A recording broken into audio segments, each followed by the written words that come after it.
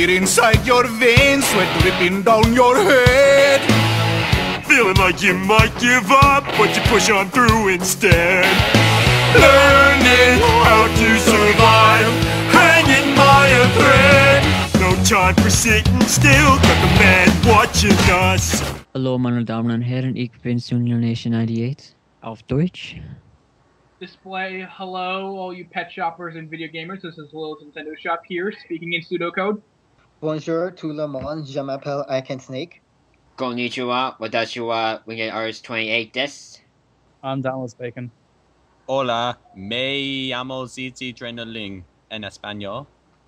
Hello, hi, Bama Alex 1 here to review the newest episode of Littlest Pet Shop. Alright guys. Hello everyone, what's up? This is Sunil Nation 98. Hello everyone, this is Littlest Nintendo Shop here. What's up, everyone? I'm ICanSnake. Hello everyone, this is Winged Artist 28 here. Hello everybody, this is Downloads Bacon.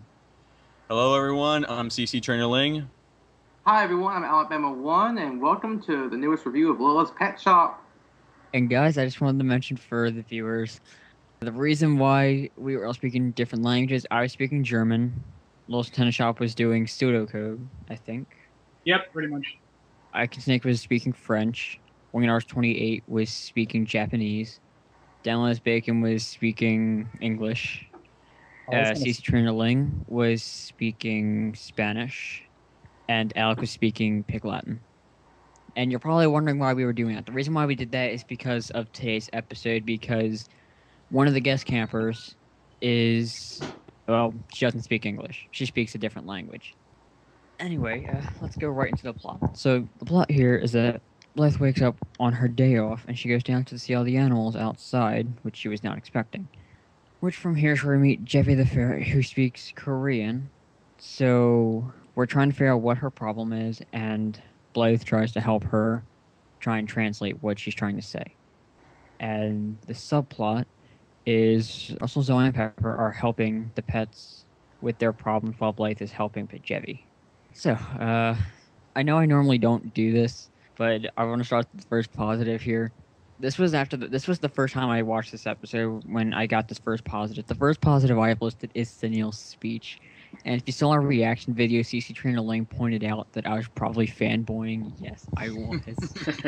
That was the best scene ever. That's even better than the song. Yeah. It is. Plus, because Yes Man, I think that's how you pronounce his username, he wanted to see my reaction, especially, so Yes Man, that's for you. Anyone else want to emphasize or elaborate?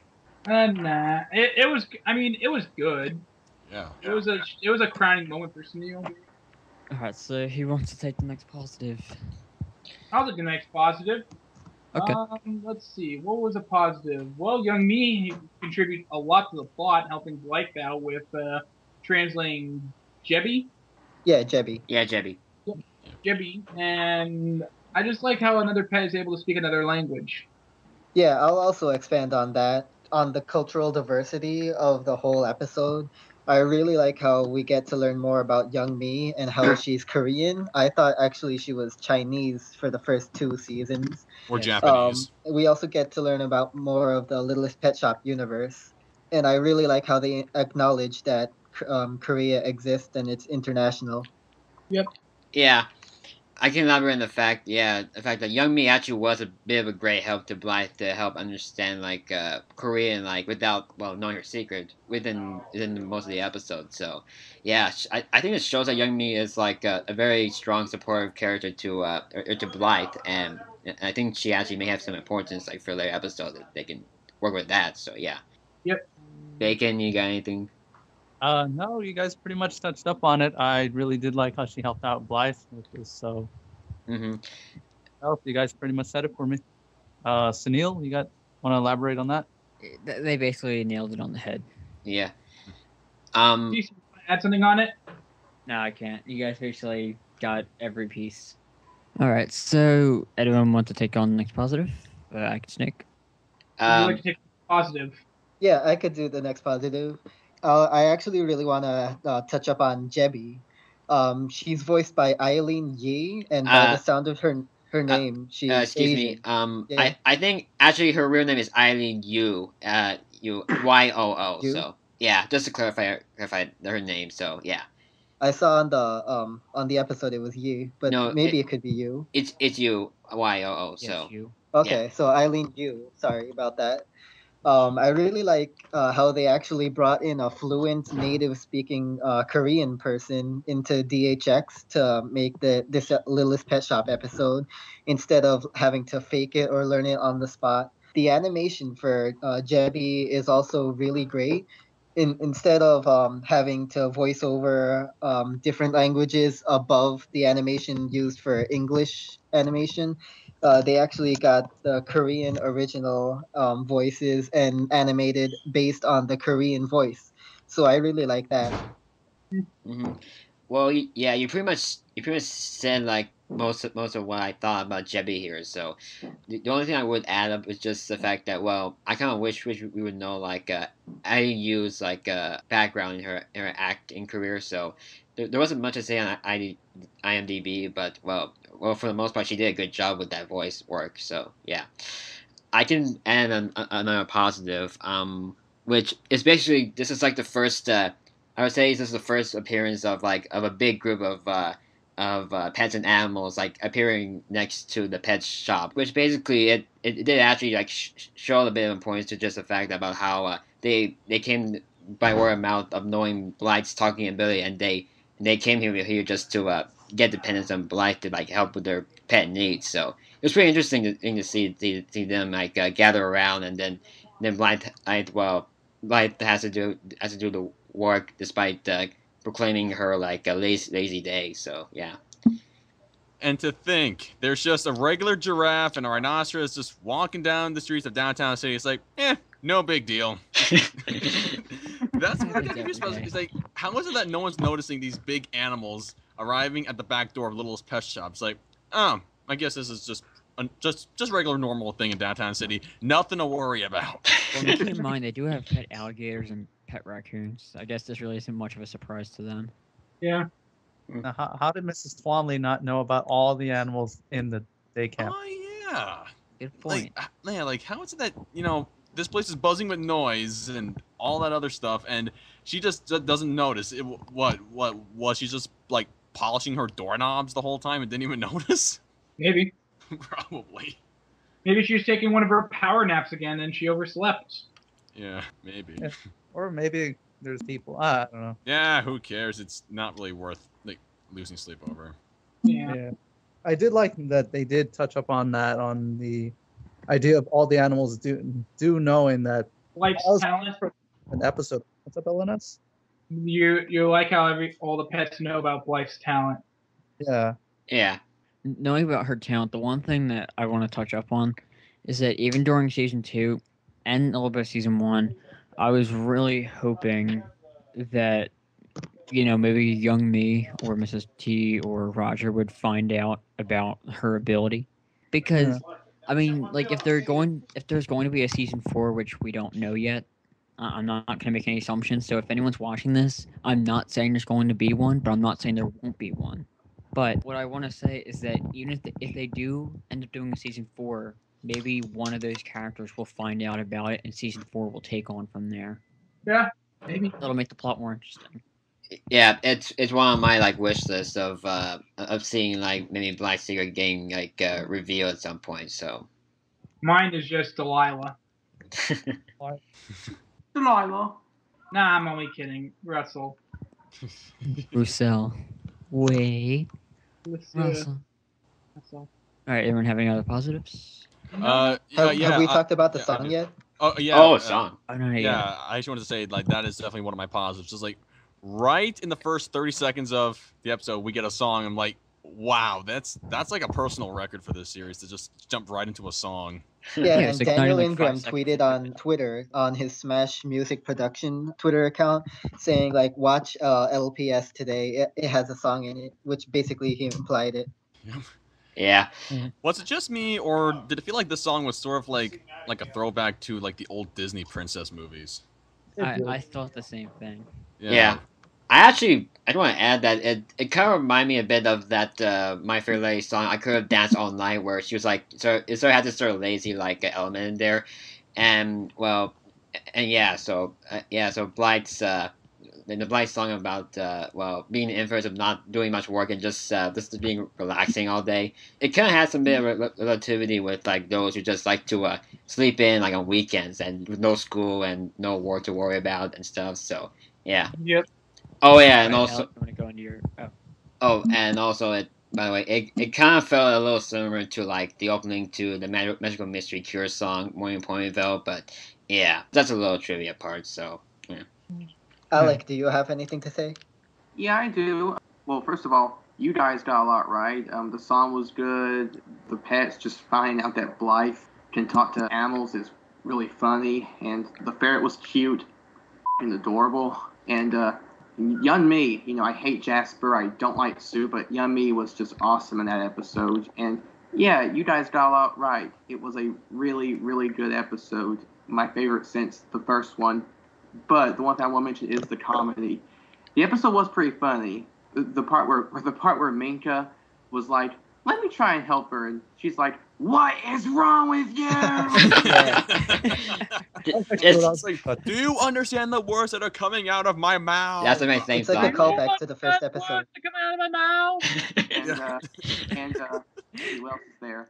What else is there? Oh yeah, and yeah, I did like the Dr. Phil parody, and that was pretty funny. And Yeah. how Zoe's like, "We do help pets. Excuse me, can you help me?" No. Oh yeah, speaking of Zoe and Russell's B plot there, one thing I really liked about also in this element was that there was actually another Penoso moment, and yeah, that's when Penny-Ling just got this some sort of book that Russell actually got published in like 2 minutes, unlike the real like time slot for like publishing for like 8 months or so. I mean, basically, she says that she got his autograph, but he called her He Jenny. signed it. Yeah, Dude. Jenny Ding. Yeah, Jenny Ding. And then after that, he gazes at her just almost like he's looking like a cool dude, and then he points at her and winks like that. Ding. Wing. Yep, that's a subtle moment there for Pinosso fans out there. So yeah, That was gonna be our intro, just us going ding. I'm not sure what Julie's been playing up to for that. I mean, I don't know. Julie said in her like tweet that her favorite pairing is Pinosso, and yeah, it kind of makes sense. But well, yeah, We'll see. I kind of like that idea. Any other positives? I got nothing. You got nothing? I guess Minka just being funny. Well, yeah. Just- I was about to The say Minka siren. Yeah, Oh, yeah. Minka siren. That was great. that was great. Dude, can I get one of those? Yeah. Oh, I'm gonna be a fireman soon. Could I have one? It was kind of a mean thing to do, but I guess it was like urgent. Yeah. Because it's Minka. Who else would do it? Yeah. Oh yeah, and there's one other thing. There was a Derpy Bird cameo that just appeared that just flew by. So Yeah. Which was And it's not just Joey wait- I'm just Featherton waiting for because the he's bronies missing to the freak clothes. Yeah, I know. That's I like, am wait, waiting. Featherton, is that him? That's like No. he's not wearing his headgear, so it doesn't matter. no, it's a descendant of Derpy Hooves flying. Yeah. No, we're not gonna bring that in here. No. Yeah, no. No. All right, guys, and I think we can head right into the negatives. Anyone have any negatives? I've got some Alec? negatives, but does anyone else? I have no major flaws. I would say one nitpick would be, yeah, I guess I was discussed was a bit about why are the pets out of their owner's place and how they get out of the zoo and when the humans like find their gathering bizarre and disturbing their daily routines and when the others go into hysteria for losing their pets, like if they walk past their like other group of animals saying, oh, that sounds usual for something. Yeah. Well, cartoon logic. Yeah. All right, Alec, what was your negative? Well, there's only like I couldn't really find anything wrong with it. It was a really entertaining episode. I guess maybe it's not as strong as other episodes like Summertime Blues or Door Jammed or Grounded or Lots of Blood. It's not as strong as other episodes, but it's still really good. But I do have one negative. What's the ferret's name again? Jebby. Jebby. Jebby. Okay. Jebby's owner is a really shitty owner. It's like she's just there sitting on the plane. And she's like, we don't even see her looking for it. That's kind of like a real big nitpick for me. It's like, if you really care about your pet, you should be going out looking for it. Yeah. But wait, Yeah, hold on one but it moment. did seem like she was sad when she got on the plane. What if she was trying to look for her, but she had to make her plane due to it boarding? Right. And There's always that. I found one nitpick. The one nitpick that I have is during the B plot. I love the reference that they did, which was one of the positives I forgot to mention with the continuity. But in the reference, I think it was Dr. Phil or Oprah or something like that. One of those advice shows. The one thing that I really thought was a little weird was that Russell was being the megalomaniac. Well, you gotta understand, Russell's the unofficial official leader. Yeah. So, of course, a leader's gonna have the power go to their head. Like, so I love what they did with Zoe, how she had a wardrobe change every 30 seconds or after every sentence, whichever one came first. Actually, That was I funny. do have a few negatives for a couple negatives. My only real negative, again, Alex said this, it's not really that strong of an episode. Also, I kind of would have wanted to see how did Juby get out of her crate. Jebby. Jimmy. Maybe. Yeah.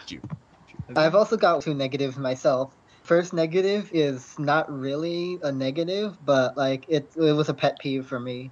It was about that domestic and international issue with Hey, when didn't they Blythe already had talk with her about dad. Even though a lot of people say it's not a negative, I found it to be a little too forced. It was like kind of a cop out for Blythe and her dad. At least I feel like. It's like if she knew what the difference between her red and black suitcase was, this cop out wouldn't have been used. So I believe it felt like a little too forced. And Oh, yeah, and that then was the one of the second other neg- positives I forgot to mention, even though it was a minor one, was the fact that Roger was trying to, when they were at the airport, Roger was trying to hit on one of the ladies there. Did anyone else catch on to yeah, that? I didn't catch that. I saw it, but I was But yeah, thinking it was of there it for, as like, more like just, like, a picking split up his second. tickets. It was a split second, so we can't say it really happened. Yeah. Yeah. And a second negative I have is, although I really liked it, Minka was trying really hard to push the Icelandish and Icelandia. It's really funny. I'm not saying it's not funny, but it felt too forced, just like domestic and international. It felt like a running joke that wasn't supposed to run. Well, perhaps maybe it could have run, but just not too far. And actually, that really didn't bother me. It didn't bother me. Me neither. Just Yeah. just like neither. she just should have toned it down a little bit. Well, with the character how she is, nah. I guess you can't really deny that because that's who Yeah. she is anyway. Yeah. Yeah, I think it's in character. It would have been awkward if Yeah. she wasn't. If, like, She you know, would've she been- didn't do it. If she didn't do it, that'd be way weirder. Yeah. Huh? Can't. Weird Can't- episode Again, is with the awful, Mike. whole Olive Shellstein thing, this is pretty in character for Minka. Yeah, Yeah. I remember that. Right. Yeah. Not to mention that this is written by the new writer FM DeMarco, who also wrote the Dragons Riders of Berg series. Yeah. Oh, she did. I didn't know that. Not bad for him. Yeah. Yeah. I think we're good. Yeah. All right, so overall, I definitely agree with, I think it was Clay who mentioned this, that FM DeMarco, for my first impression of him, I was going to give him a chance, and he passed my test. So, FM DeMarco, if you see this, you did great. That was a great episode. Yeah, you Thank you did. for Neil having a speech. You did great. And you passed Neil Nation's test, and you can become his friend. Yay! Be his Yup. friend forever. BFF friend. Oh man. So Here you we already go gave again. your- Here we go again. So did you already give your ratings to Neil Nation? My rating would have to be a 9.5 out of 10. My rating would be a 9.5 out of 10 as well. Good job, FM DeMarco. You did a good job. We need more episodes like this. I really liked this episode. It was the second best episode of the season for me. Even though there were like a few negatives more than other episodes, there were a lot of positives too. So I would give this an 8.5 out of 10. Yeah, I'll give it a 9.7 out of 10. I mean, to me, this is like it's like the best episode of season 3 so far. I mean, this has everything that an LPS episode can be. Like, Blythe taking responsibility of the pets, passing their crazy fantasy to deal with slices of life issues, and a fun, nice song to carry on their motivations, highlighting their pet's strength and weakness and character, plus deeper friendship and Blythe's secret responsibility and her animal speech ability. Yeah, there may be some nitpick moments I find weird, but there are great moments that make up for it. So I have nothing negative to say about it. I mean, I love every minute of it. This could set future plots for later episodes for the other pets that may make other appearances. Hopefully, the past day campers from past seasons. Yeah. Please, Delilah, return. Yeah. Delilah needs to return. Oh, and also, guys, as a little announcement, we Skype almost like all the time, so we had some arguments where we'd be saying snowstorming, because originally snowstorming was supposed to be episode 6, but it never said what date it was supposed to air. So tongue tie was number 6. They confirmed that snowstorming is going to be episode 11, and it's going to be written by Roger S. Batcher. Shout out to Roger S. Batcher, because I'm friends with him. He's a really cool guy. Cool. Yep. Cool. Yeah, bacon. All right. Well, you guys pretty much touched up pretty good. I love the episode. It's not the strongest, but it does a really good job with touching up on Blythe's and the animals, finding out her ability to, talk to them. You see, I got nothing else. The song was good. The jokes were funny. Minka was great. So I'm gonna give it a 9.75 out of 10. For me, I love the comedy. Minka was very great in this episode. The song, just to start off the episode, got me already hooked. Jebby, awesome. Young Me helping out again, awesome. So I got to give this a 9.3 out of 10. Alec. Yeah, Alec. Okay. I think this episode is tied with the first one, Sleeper, as my favorite of the season. A good song, good comedy, adorable new pet. Both plots worked well. It was a really, really good episode. I am looking forward to the next one. I give it an 8.5 out of 10. And yeah, I got nothing else to say. I'm very happy to be here with you guys. Oh, and also, guys, I forgot to mention this piece of continuity I mentioned earlier. The continuity I was mentioning about is what Trainor-Ling touched up on a bit, is how Minka was great in this episode, and she was a big help, and she was trying as hard as she could to help translate what Jeffy was doing, or saying for that matter. The continuity there is from Helicopter Dad with Oliver the turtle. Actually, that was me. It's Olive Shellstein. And that was me, actually, that touched up on it. Oh, okay. Yeah. Well, no, he touched up a little bit about it in his final opinion. Right. Anyone else have any other announcements? Nope. I don't think so. Yeah, but Nope. I think we're great. Yep. Great. Okay. Alright, guys, so from Senil Nation 98, ICanSnake, CC Trainor-Ling, Littlest Nintendo Shop, Downloads Bacon, Winged RS28, and Alec Greer. This is the League of Pet Shoppers signing off. Later. Bye. Adios. Adios. Oh. Bye, muchacho. Sayonara. Auf Wiedersehen, meine Damen und Herren. Huh? And you guys stay classy.